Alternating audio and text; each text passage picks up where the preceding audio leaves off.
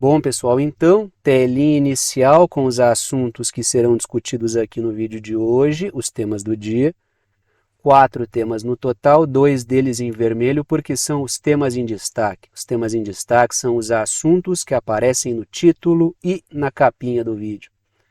E aqui embaixo um recado que é sempre importante. A minutagem permite que você selecione na linha do tempo o tema que quer assistir, de forma que vocês podem assistir ao vídeo inteiro ou apenas aqueles assuntos que forem do interesse de vocês. E sem mais delongas, a gente parte para o primeiro tema, que é o seguinte: lá na parte superior da tela, dentro daquela caixinha preta, eu coloco o seguinte título: A Rússia espreme a OTAN, que fica sem saída. Desde o primeiro momento da incursão ucraniana em Kursk, nós estamos acompanhando, observando com tranquilidade, com racionalidade, baseados nos fatos, o que está acontecendo. E lá naquele primeiro momento, várias matérias trouxeram uma grande euforia.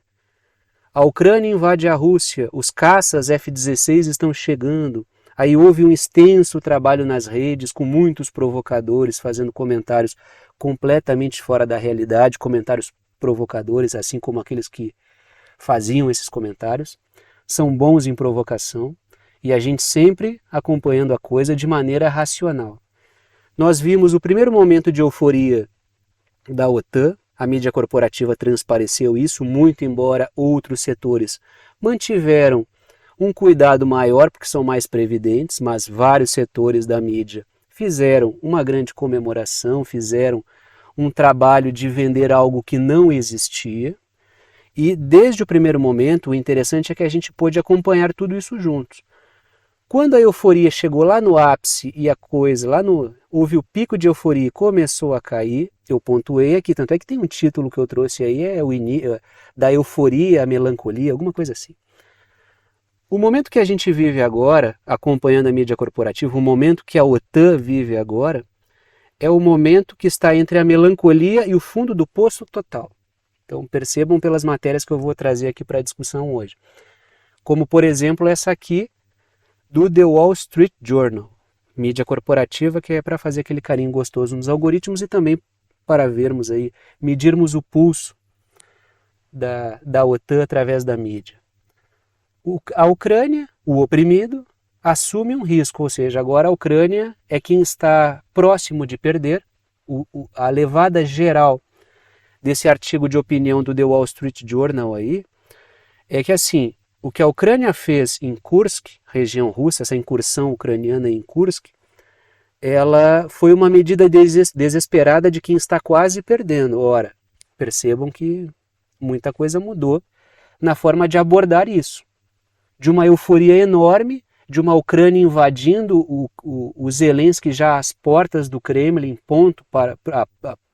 prestes a depor o Vladimir Putin, para a Ucrânia, a oprimida, assume o risco da incursão. Bastante coisa mudou nesse processo aí. Trago 2 pontos, começo pelas letras vermelhas.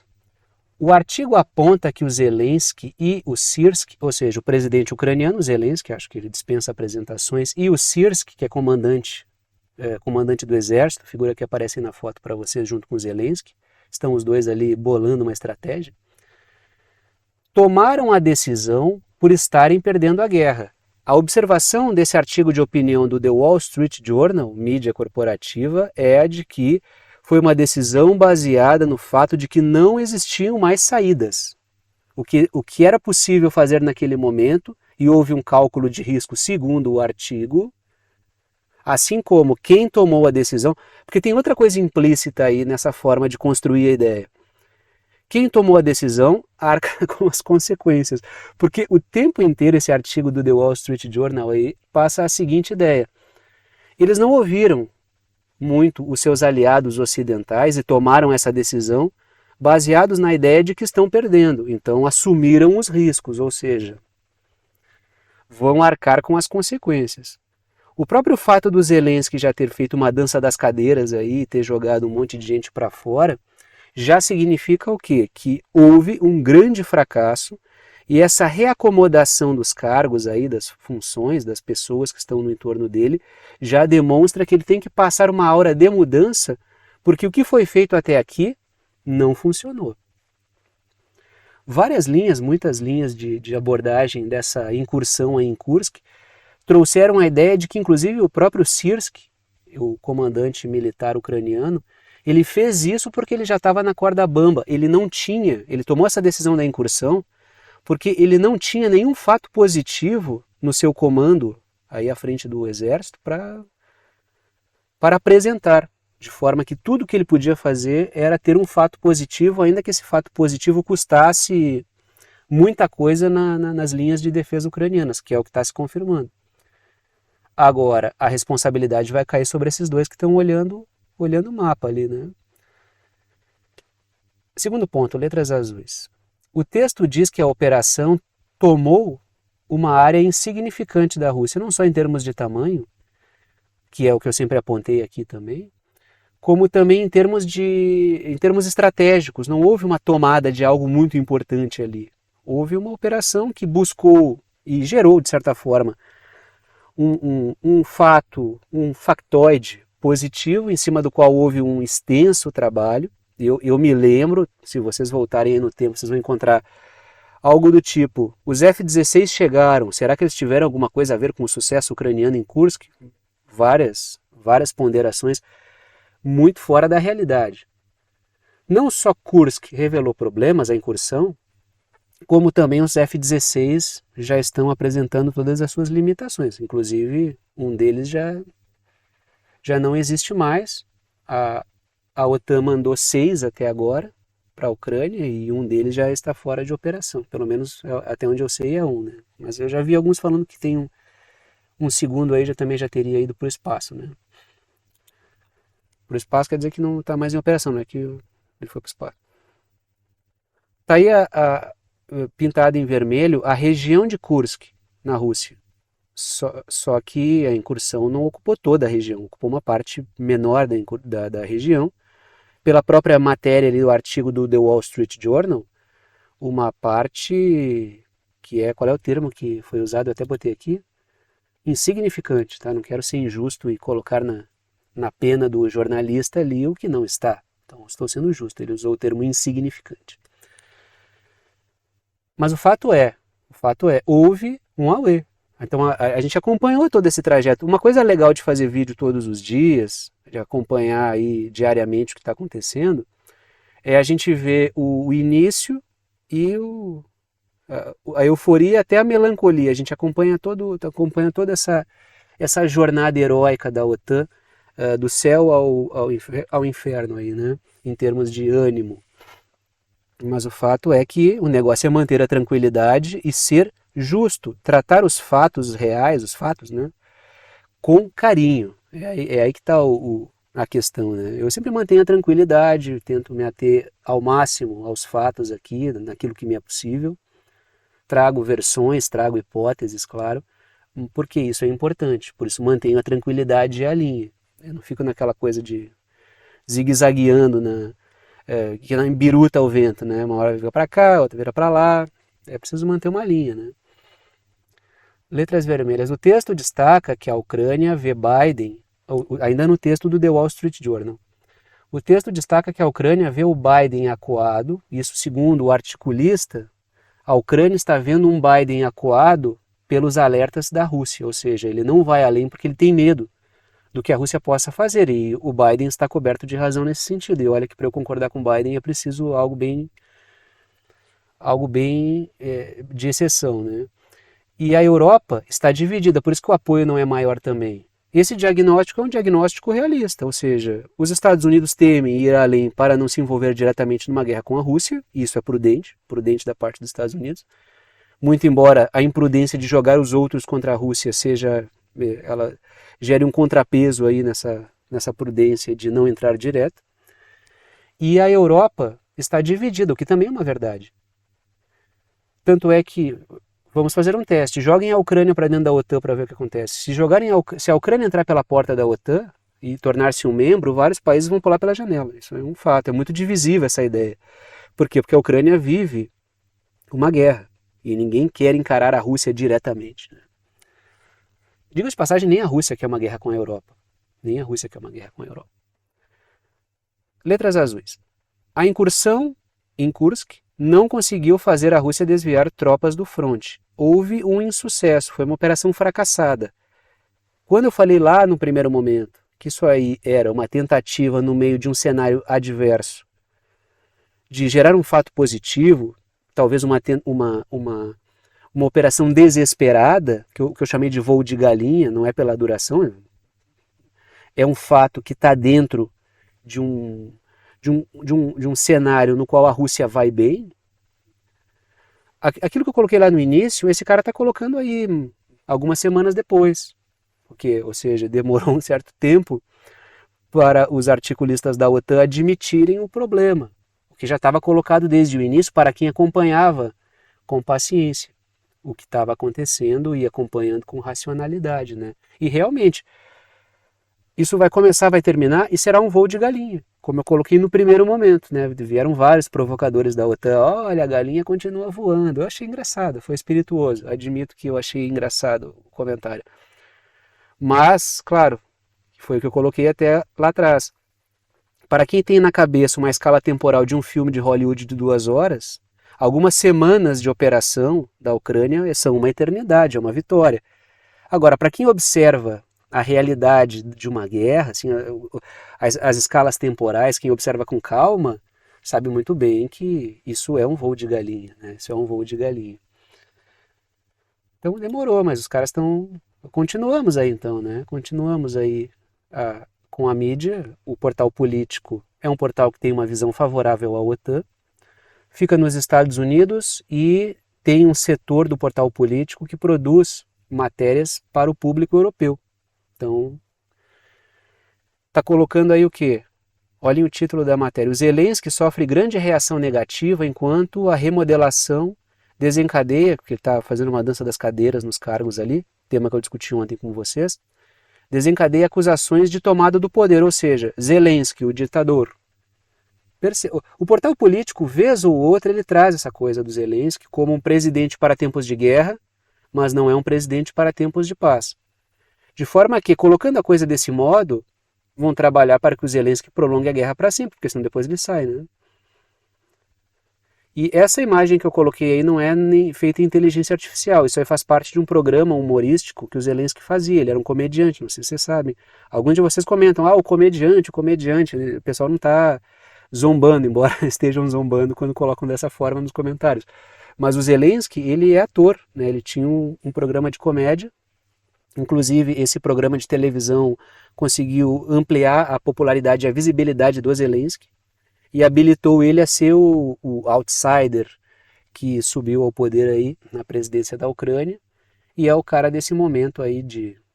Tanto é que um dos motes principais era o combate à corrupção. Daí está aí o Zelensky no espaço político mandando bala nos políticos, que é esse apelo do outsider, que isso aí tu tira uma cópia desses caras, uma fotocópia, e vai botando em vários países do mundo. O discurso aí é do outsider, antipolítica. E como tu pega um cenário de crise no qual as pessoas estão irritadas com os sistemas políticos e com as escolhas e as tomadas de decisão, isso cola e as pessoas acabam comprando muitas vezes essas figuras aí e percebam o que aconteceu na Ucrânia. Não estou dizendo que não é preciso fazer transformações, mas é preciso tomar cuidado com quem está propondo aquilo e o que está propondo. A ideia de que não fica pior do que está, pode sim, pode ficar. Percebam o caso da Ucrânia, ficou muito pior. A Ucrânia tinha problemas de corrupção? Sim, os tinha, e muito. Só que os governos que vieram depois do Euromaidan, e o Zelensky faz parte de um deles, são governos que pioraram e muito a situação da Ucrânia. É preciso mudar, eu concordo completamente, em vários países. A coisa está feia, é preciso mudar, é preciso uma mudança, inclusive profunda, do rumo político. Mas é preciso pensar em quem vai fazer. Não, ele bagunça tudo e aí melhora. Não, é muito pelo contrário, muitas vezes, né? Na maior parte das vezes. O caso do Zelensky é um caso típico. A Ucrânia acabou. A Ucrânia virou uma arma de guerra da OTAN contra a Rússia e foi completamente destroçada nesse processo. Letras vermelhas. O texto do portal político destaca que o Zelensky mantém o poder por causa da lei marcial. O texto ele não expõe claramente uma crítica ao Zelensky, ele fica dialogando com a ideia ele fica sugerindo de maneira suave que o Zelensky se mantém no poder a partir da lei marcial. É sempre essa coisa de vinculá-lo a uma ideia de ditador. E há uma guerra acontecendo, há uma situação de exceção, e isso, em termos legais, autorizaria o Zelensky a tomar as decisões que toma. Só que é interessante que a própria mídia corporativa, que apoia a continuidade da guerra e que incensou o Zelensky o tempo inteiro, deixa uma porta aberta para chutar ele do poder quando for necessário, entendeu? Por isso que eu sempre falei aqui, é muito perigoso ser uma ferramenta da OTAN, porque eles vão te descartar num dado momento e não se sabe exatamente como esse descarte vai acontecer exatamente. E o texto também aponta que o mandato dele já acabou e não teve eleição por causa da lei marcial. A Ucrânia vive um cenário de guerra, então é possível que ele continue no poder mesmo sem eleições. E estou aqui fazendo uma ponderação de justiça ao Zelensky, né? Então é possível ele continuar no poder numa situação de guerra. Agora, a oposição já começa a colocar que isso não é legítimo, e o interessante é que a mídia corporativa, como o portal político, já joga na mesa o que a oposição está falando, ou seja, vão minando bem devagar a posição do Zelensky. Letras azuis. O Relações Exteriores da Ucrânia, que foi demitido, o Dmytro Kuleba, ele tinha contatos nos Estados Unidos e na União Europeia.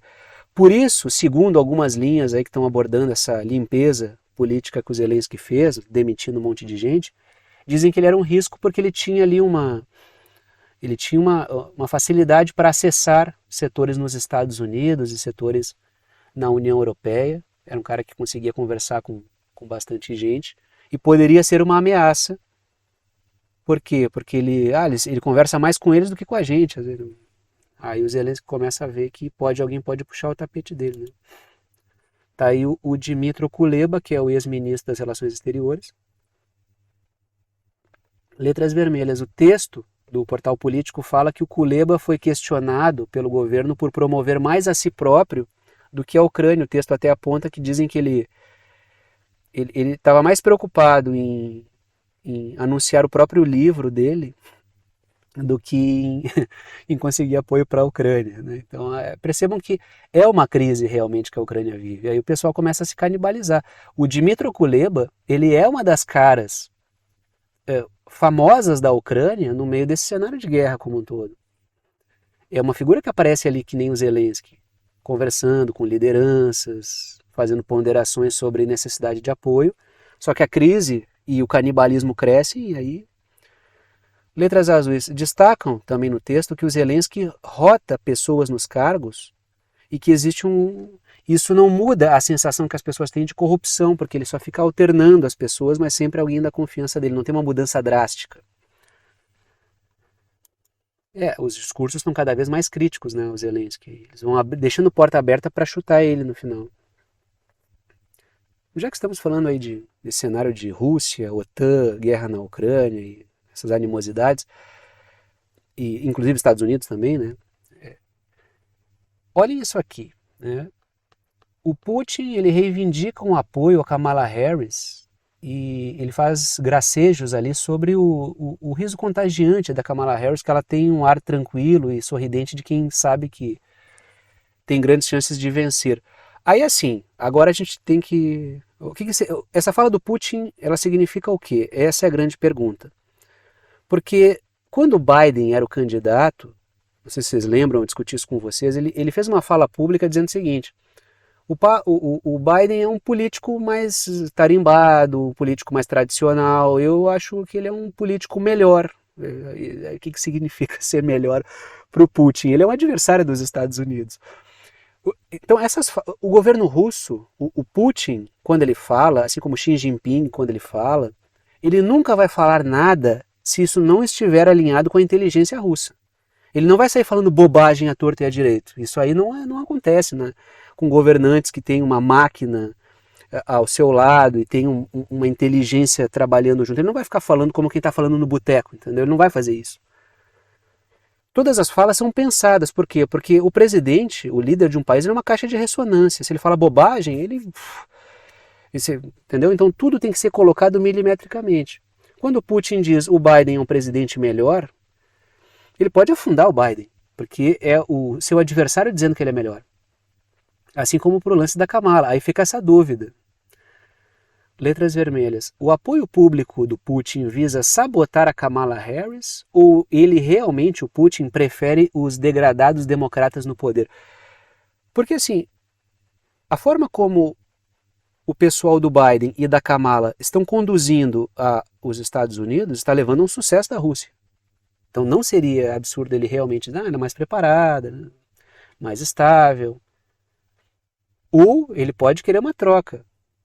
Segundo ponto, letras azuis. O Trump pode focar na China e desfocar da Rússia, porque é uma concepção que vários setores nos Estados Unidos têm de que quanto mais se bate na Rússia, mais ela se aproxima da China. Isso não é mentira. Aí seria melhor que deixa a Rússia um pouco de lado, conversa dentro do possível e foca na China e derruba um para depois o outro. Os dois ao mesmo tempo não dá. Então essa seria a ideia de alguns setores próximos ao Trump. Aí pode ser que o Putin interprete isso como um alívio ali, né? Tipo, entre o Trump, ele mira mais na China e a gente... Mas também os democratas mantêm a mesma agenda se continuarem no poder, e que é uma agenda que a Rússia está surfando bem, porque vive uma guerra, aumentou sua resiliência econômica, o Putin, depois da guerra, ele é mais popular do que antes, não perdeu popularidade. A Rússia aumentou sua capacidade de produção e de produção de equipamentos e munições e de recrutamento. Tem percalços econômicos, claro que sofre sanções, mas a princípio a Rússia se adaptou bem, de forma que o Putin pode fazer a leitura de que os democratas são mais previsíveis. Pode ser que seja uma leitura do Putin essa, ou pode ser que ele realmente... Né? Imagina o Trump com uma informação como essa. Olha lá, o Putin acha a Kamala melhor. Por quê? Porque é mais fácil de derrotar ela. O jogo político tem dessas coisas, né? Já que estamos falando de Estados Unidos, olha aí o trabalhista que subiu ao poder, o Keir Starmer, subiu ao poder no Reino Unido, tá? O Keir Starmer, ele vincula permanentemente o arsenal nuclear do Reino Unido a Washington. A matéria continua. Exclusivo, as armas nucleares da Grã-Bretanha agora dependem para sempre de cientistas militares dos Estados Unidos, depois que um tratado transatlântico foi discretamente reescrito. Do que estão falando ali? Letras vermelhas. Um acordo de defesa mútua de 1958 entre Estados Unidos e Reino Unido, ele era debatido a cada 10 anos. Havia uma rediscussão se continuava ou não. Ele não seria rompido, logicamente, mas pelo menos havia a discussão, vamos manter, vamos parar, vamos continuar. Lógico que isso nunca mudaria, mas havia pelo menos ali a hipótese de se rediscutir essa dependência britânica em relação à tecnologia nuclear dos Estados Unidos, o que com o Keir Starmer acabou, ele reescreveu isso e essa reconsulta a cada 10 anos não precisa mais ser feita. Isso foi feito pouco depois que ele subiu ao poder, muito discretamente, nem virou notícia que eu tenha visto isso aí na mídia corporativa. Ou seja, é uma mudança legal, porque na prática a gente sabe que o Reino Unido e os Estados Unidos não se separam. Letras azuis. Não estamos errados aqui no canal, eu daqui, vocês nos comentários, quando a gente fala que os Estados Unidos e o Reino Unido são uma coisa só. Essa almôndega que eu digo aqui, que é uma almôndega anglo-yankee, e a gente coloca Israel no meio dessa almôndega, essa trinca aí, a gente nunca sabe onde começa um, onde termina o outro. O que o Keir Starmer está fazendo aí é reafirmando isso. Quando o Keir Starmer subiu ao poder, e ele subiu porque os conservadores adotaram ali, abraçaram uma agenda de crise, e ele continua nessa agenda de crise, diga de passagem, né? Eu pontuei aqui, os trabalhistas estarem no poder não significa nada em termos de política internacional. A história nos habilita a falar uma coisa dessa. Por quê? Porque os trabalhistas não estão envolvidos em vários eventos catastróficos no Oriente Médio, intervenções, então não faria muita diferença, né? já que estamos na Europa, vamos cruzar o Canal da Mancha e vamos falar da França. Por quê? O presidente francês, o Emmanuel Macron, ele nomeia o Michel Barnier aí como o novo primeiro-ministro do país. Vai dizer, então ele conseguiu chegar a um acordo com a esquerda e botou um cara de esquerda como primeiro-ministro. Tem um mosquito aqui que eu vou matar ele, tá? Peço perdão aí para vocês, mas tive que matá-lo ao vivo. E ele é de esquerda? Chegou a um acordo? Não. Ele botou um cara de direita, né, de centro-direita, é a direita tolerada, porque centro-direita e centro-esquerda é a esquerda e a direita que podem existir. Tudo que critica a OTAN vira extrema esquerda e extrema direita. Então é o seguinte, o Michel Barnier aí, ele é um cara de centro-direita, aí a gente vamos fazer uma retrospectiva e a gente volta a ter as eleições na França. Numa primeira rodada da eleição, o que aconteceu? A Marine Le Pen, a direita da Marine Le Pen fez uma quantidade gigantesca de votos, a esquerda seguiu de perto e o Macron ficou mal. Aí para a segunda rodada de eleição, para o segundo turno, teve o quê, né? Uma engenharia política do Macron com a esquerda para evitar que a Marine Le Pen fizesse uma lavada e conseguisse ampla maioria no parlamento francês. Aí houve essa engenharia política, a esquerda ficou em primeiro, o movimento do Macron ficou em segundo e a Marine Le Pen ficou em terceiro, com um acerto de que a esquerda poderia fazer o primeiro-ministro. Não aconteceu. Ou seja, entraram no jogo do Macron, o Macron passou o Miguel e a esquerda viu que podia tentar galgar posições surfando a onda do Macron, mas ela era prancha mais uma vez, como costuma acontecer. O Macron enrolou, deu um drible, conversou depois com o movimento da Marine Le Pen e vai propor um cara que talvez o movimento, não sei se vai acontecer, mas até agora, pelo que eu sei, existe essa conversa, que talvez o movimento da Marine Le Pen aceite, que é um cara de centro-direita. Olha a diferença. Quando Macron chegou à esquerda com a ideia de que era preciso barrar a Marine Le Pen é extrema-direita, e daí a gente faz um movimento aqui de centro e esquerda e a gente combate o extremismo da Marine Le Pen. Depois das eleições e a coisa voltando, o que o Macron fez? O Macron chegou com a extrema-esquerda aqui, que é um risco à nação, está ameaçando botar um primeiro-ministro. Ou seja, ser extremo ou ser centro, alguma coisa, quer dizer o interesse de figuras que fazem o jogo da OTAN, como é o Macron. Tanto é que quando setores da esquerda e da direita se opuseram a reformas de austeridade propostas pelo governo Macron, a mídia disse extrema esquerda e extrema direita se unem. Ou seja, esse termo extremo, ele é usado sem nenhuma moderação, conforme a conveniência do sistema político e apoiado pela OTAN. Letras vermelhas. O Macron nomeia um político de centro-direita, que é um cara pró-União Europeia até a medula, e deixa a esquerda chupando o dedo. Foi isso que aconteceu. Letras azuis. A esquerda fez um arranjo com o Macron e foi a mais votada. E aí na hora de... O que o Macron disse? Se eu propuser alguém da esquerda, a Marine Le Pen, o movimento da Marine Le Pen não vai votar nele, então não adianta, então fiquem aí chupando o dedo. Tá? E mantiveram o Macron lá no poder. Agora a gente vai para o segundo tema. Vamos para o Oriente Médio, vamos falar de Oriente Médio em conexão com a África. Israel comete uma gafe entre aspas, porque é uma gafe entre aliados, mas ao meu ver não foi nenhuma gafe não colocar o Saara Ocidental no Marrocos, mas isso irritou o Marrocos, que é um aliado de Israel, e irrita o seu aliado. O Netanyahu sempre vem com seus mapas, e esses mapas sempre são polêmicos, tanto é que recentemente eu discuti com vocês um mapa apresentado pelo Netanyahu que colocava a Cisjordânia como território de Israel, sem nenhum apreço pela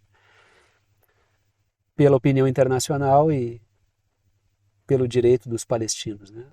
Mas não me surpreende, vindo de Israel. A matéria diz o seguinte: o Netanyahu exibe um mapa marroquino truncado, reacendendo tensões com o Marrocos. A matéria continua. Os repetidos erros de mapa do Netanyahu, porque não é a primeira vez que ele coloca o Saara Ocidental como não sendo parte do Marrocos, levantaram dúvidas sobre a sinceridade do apoio declarado de Israel à integridade territorial do Marrocos. Por quê? O Saara Ocidental é um território disputado. E a OTAN, ela, que eu botei nas letras azuis, ó, a OTAN e os aliados da OTAN apoiam o Marrocos no Saara Ocidental, dizendo que o Saara Ocidental é do Marrocos. Diga-se de passagem, algum tempo atrás, o Emmanuel Macron, presidente francês, ele apoiou isso, ele falou publicamente sobre o Saara Ocidental ser um território do Marrocos. Sem nenhum problema ele falou isso. Inclusive isso gerou um enorme de um barulho com a Argélia. Já discuti várias vezes essa questão do Saara Ocidental aqui. Só que quando Netanyahu traz um mapa desse tipo, onde ele coloca o Saara Ocidental como não sendo parte do Marrocos, ele gera um barulho com seus próprios aliados e com o Marrocos. Letras vermelhas. Os mapas do Netanyahu colocam o Marrocos e Saara Ocidental como territórios diferentes.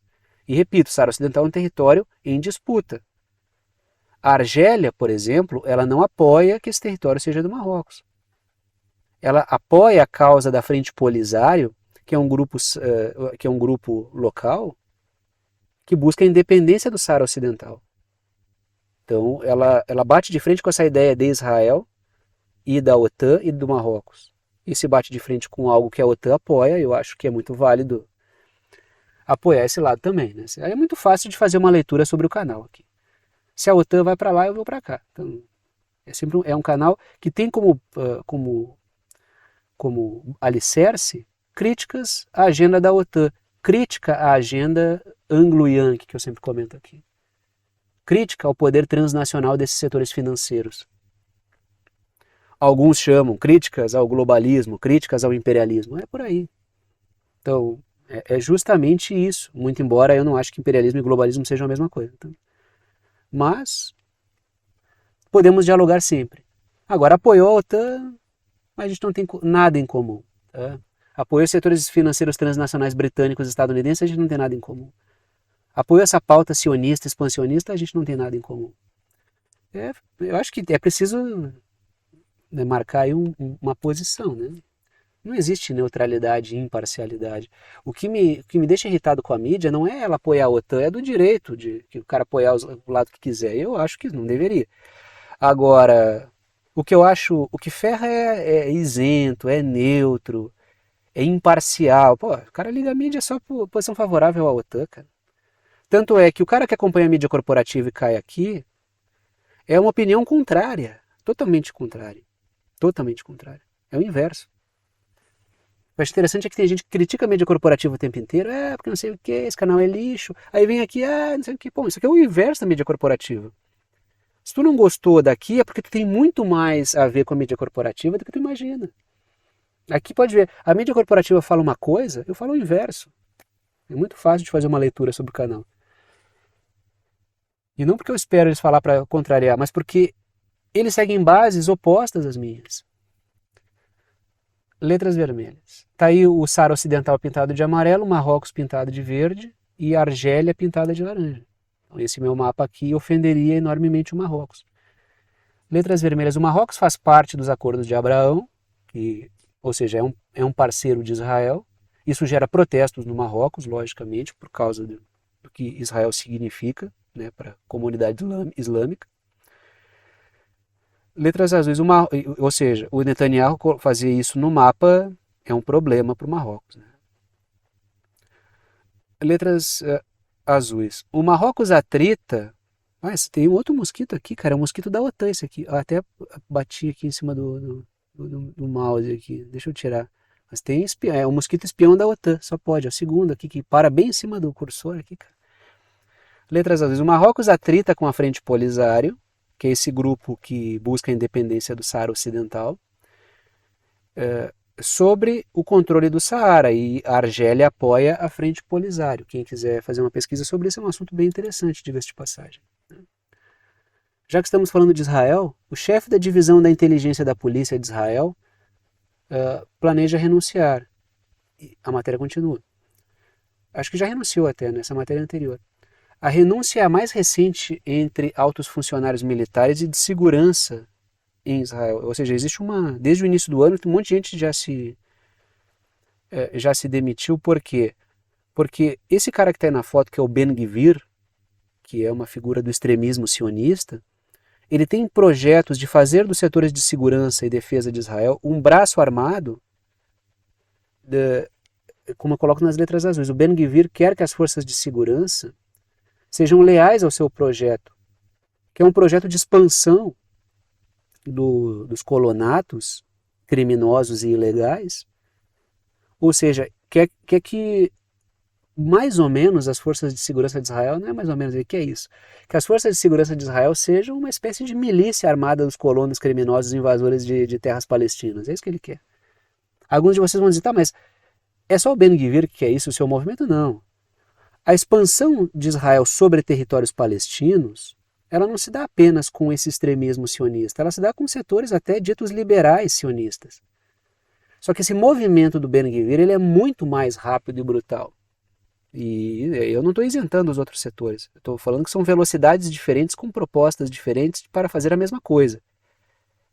Só que a ideia do Ben-Gvir é uma expansão ultra acelerada e que gera um barulho gigantesco. Tanto é que isso piora muito a imagem de Israel, porque aquilo que deveria ser feito gradualmente, segundo a opinião de setores mais liberais sionistas, é feito de maneira ultra acelerada pelo Ben-Gvir e Smotrich e companhia, que defendem essa questão da colonização a fórceps e de maneira acelerada. Letras vermelhas. Uma onda de demissões pode ser fruto das escolhas do Ben-Gvir como ministro da Segurança, ou seja, muita gente pode não querer participar daquilo, desse projeto acelerado de colonização, muito embora não questione todo o histórico de Israel que foi fazendo isso gradualmente, em alguns momentos mais rápido, outros momentos mais lentamente, ou essas figuras são pressionadas a sair.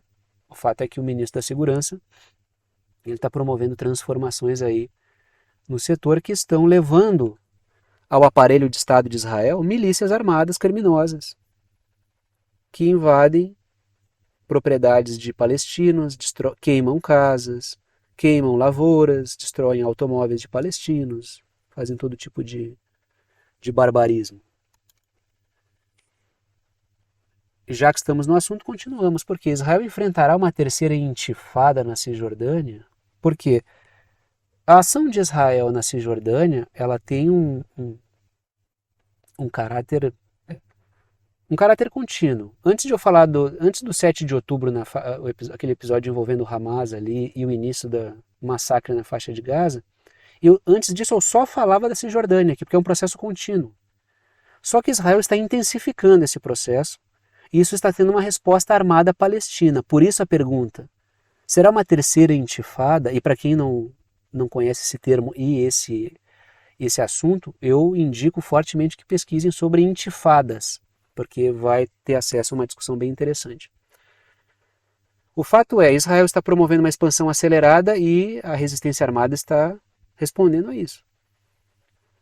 Ali com uma seta apontando, tem dois territórios roxos ali, né? Um menor que é a faixa de Gaza e um maior que é a Cisjordânia, para onde eu estou apontando uma seta. Os dois são territórios palestinos, né? Um é governado, a faixa de Gaza é governada pelo Hamas e a Cisjordânia é governada pelo Fatah, ou a Autoridade Palestina.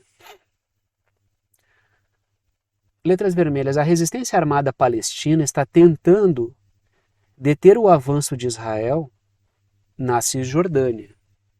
E por isso o pessoal está falando, porque é um movimento brutal que Israel está fazendo, só que a resistência também está armada até os dentes para isso. Por isso a possibilidade de explodir uma violência bem maior na região.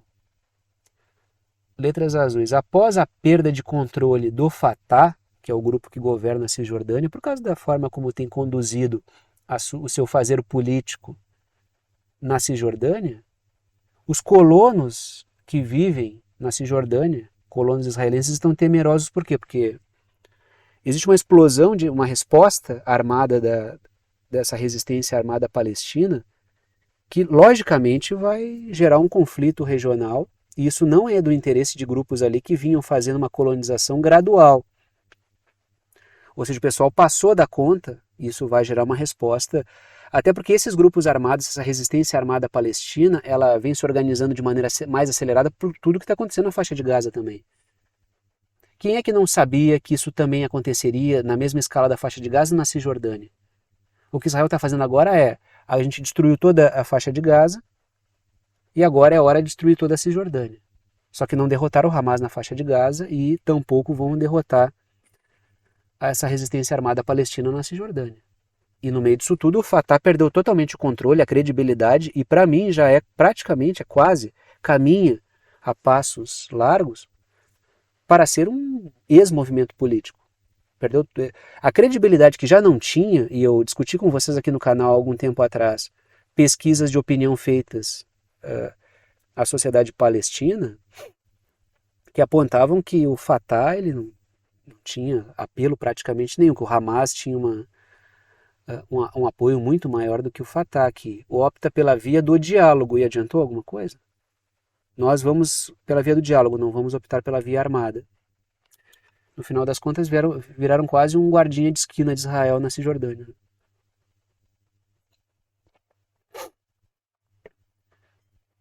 Já que estamos falando de Israel, continuamos, porque nenhum túnel está operacional, nenhum túnel operacional é encontrado por Israel ao longo do corredor fronteiriço Gaza-Egito, que é o tal do corredor Filadélfia. Essa zona de contato entre faixa de Gaza, território palestino e o Egito, que é a conexão de Gaza com o mundo,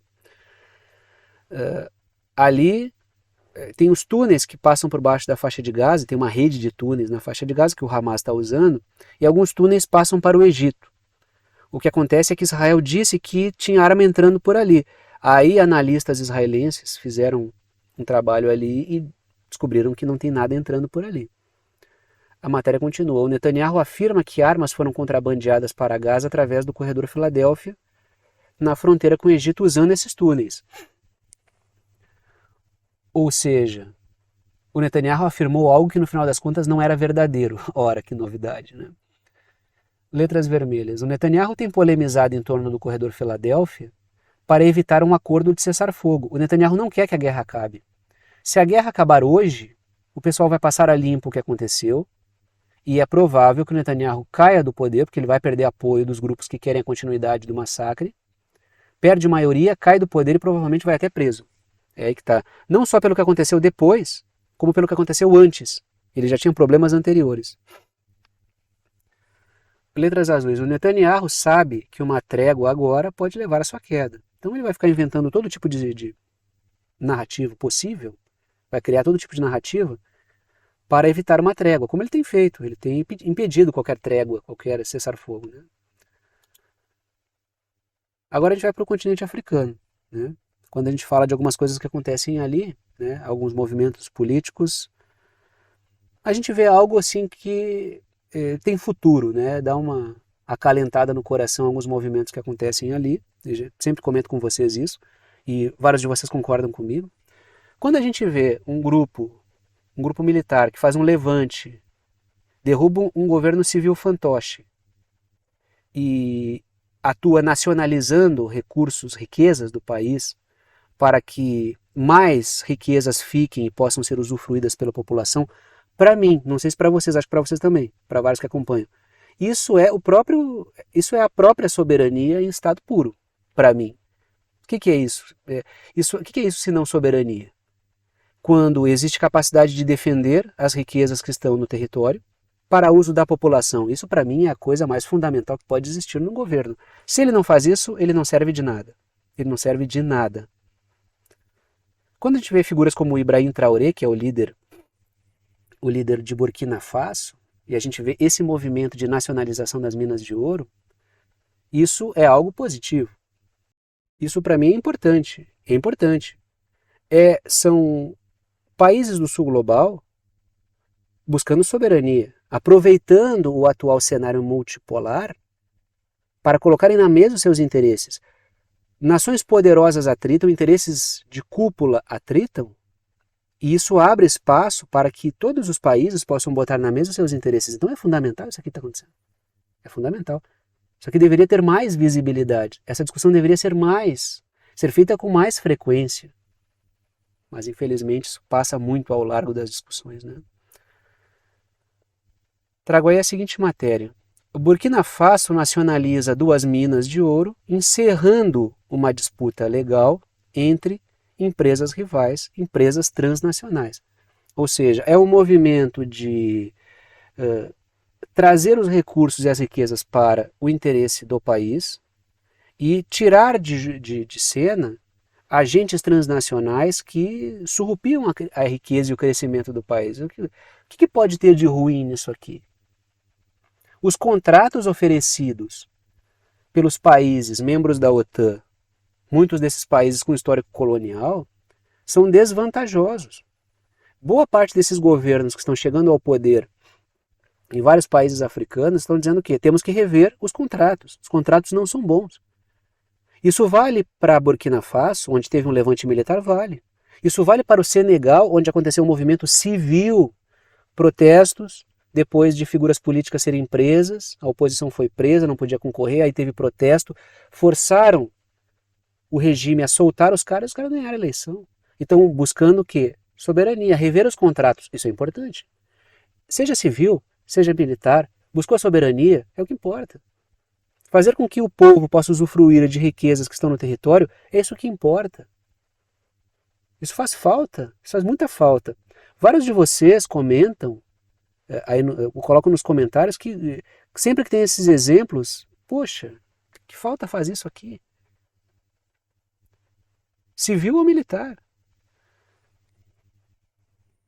Trago 2 pontos, começo pelas letras vermelhas. Uma empresa canadense e outra dos Estados Unidos vinham explorando as minas até então. Aí houve esse movimento e houve a nacionalização das minas de ouro aí, né?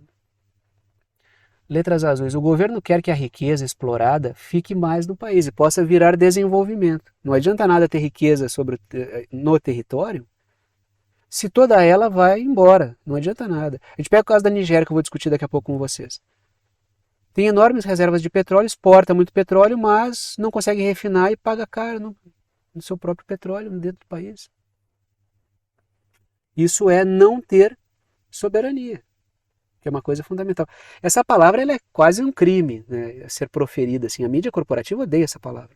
Esse dia eu estava vendo um programa desses programas da mídia corporativa, onde tem uns caras sentados, uns ficam na tela, outros ficam nas cadeiras ali.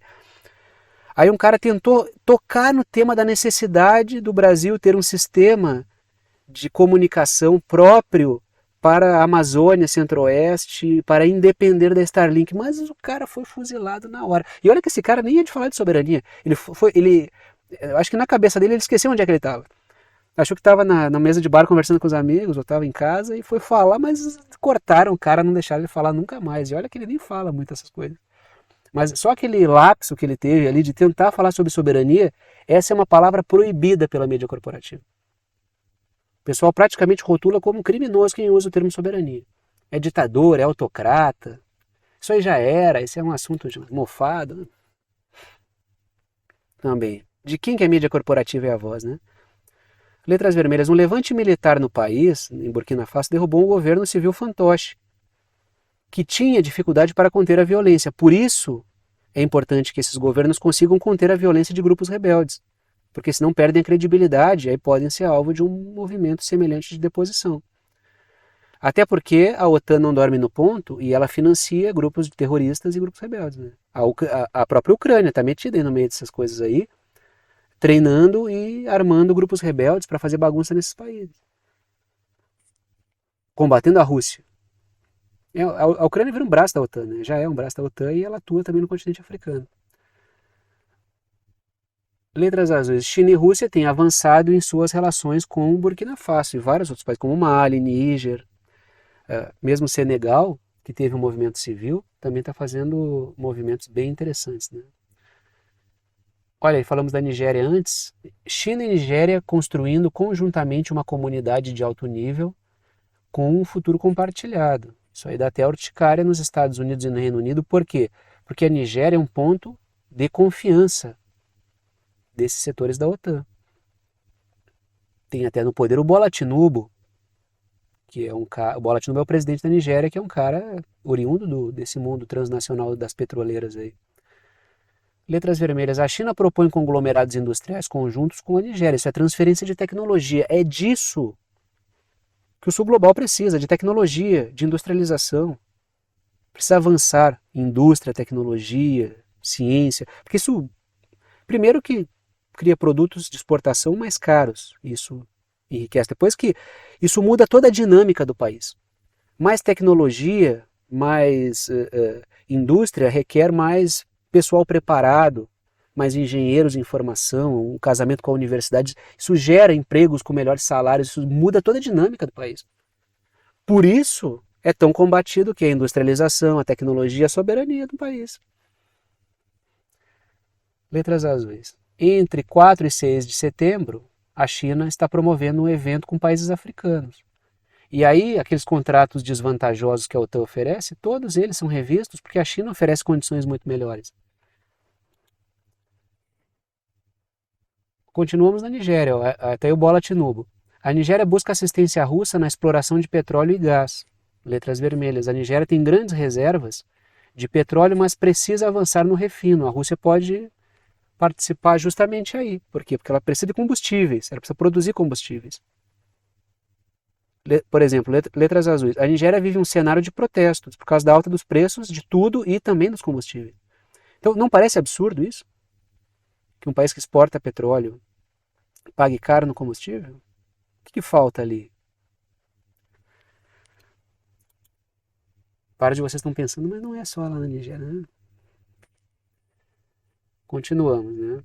Estados Unidos montará centros militares de reparo no Indo-Pacífico. Vamos para a Ásia, tá? Vamos falar um pouco sobre esse movimento dos Estados Unidos aí, criando esses centros militares no entorno da China. O Pentágono estabelecerá centros de reparos militares em 5 países do Indo-Pacífico. Os Estados Unidos visam uma rede global de sustentação expandindo-se para a Europa e a América Latina, ou seja, querem criar no entorno da China problemas ali e uma possível guerra por procuração. E está colocando as buchas de canhão aí. Quem são os países contemplados, entre aspas? Japão, Singapura, já vou trazer um mapinha com essa galera toda. O Japão esperado. As Filipinas, cada vez mais bucha de canhão, também não é inesperado. O Japão é um país ocupado militarmente pelos Estados Unidos, as Filipinas são um país ultra infiltrado pelos Estados Unidos, politicamente e militarmente. A Coreia do Sul é um país ocupado militarmente pelos Estados Unidos e a Austrália, né? Vamos para a Ásia barra Oceania, né? O Indo-Pacífico. E a Austrália é um puxadinho político do Reino Unido ainda, né? Letras azuis.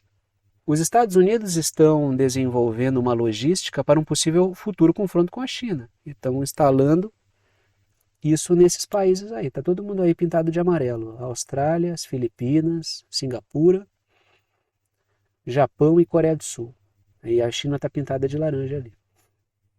Letras vermelhas. A guerra pode ser iniciada a partir de alguma questão ligada a Taiwan, que é parte integrante do território chinês, mas com autonomia administrativa, ou alguma coisa ligada às Filipinas. Percebam, não sei se vocês têm acompanhado, mas é cada vez mais frequente incidentes envolvendo embarcações chinesas e Filipinas, né?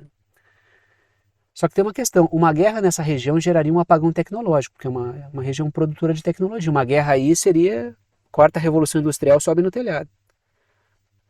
Por isso, penso eu, não vai haver uma guerra até, os Estados Unidos não vão gerar uma guerra até eles internalizarem toda a produção de semicondutores. A menos que eles percebam que a China está muito próxima de atingir um patamar que eles não conseguem mais segurar. Aí pode ser que eles coloquem o mundo numa guerra terrível e numa região onde vai gerar um apagão. Quando começar, assim, começou uma guerra lá em volta da China, já comprem os eletrônicos que vocês quiserem aí, porque vai ter apagão tecnológico. Vai faltar tudo, tudo. E não é só tecnologia, estou falando principalmente tecnologia. Taiwan foi destruído lá por uma guerra. Aí,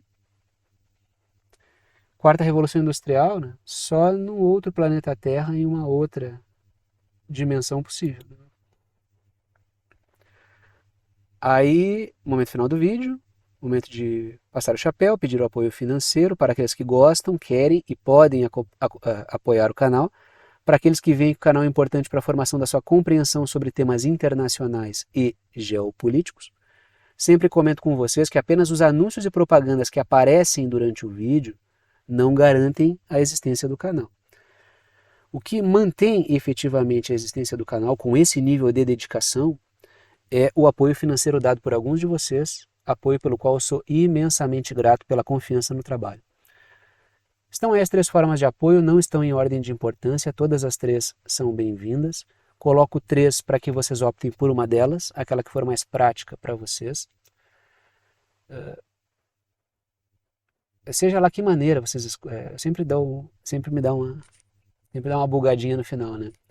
Qualquer uma dessas formas que vocês escolherem, seja lá qual for que vocês escolherem aí, vocês apoiam com o valor que vocês quiserem, uma ajuda solidária, ajuda quem pode, ajuda quem quer e ajuda com quanto quiser. E o conteúdo fica aberto para todo mundo.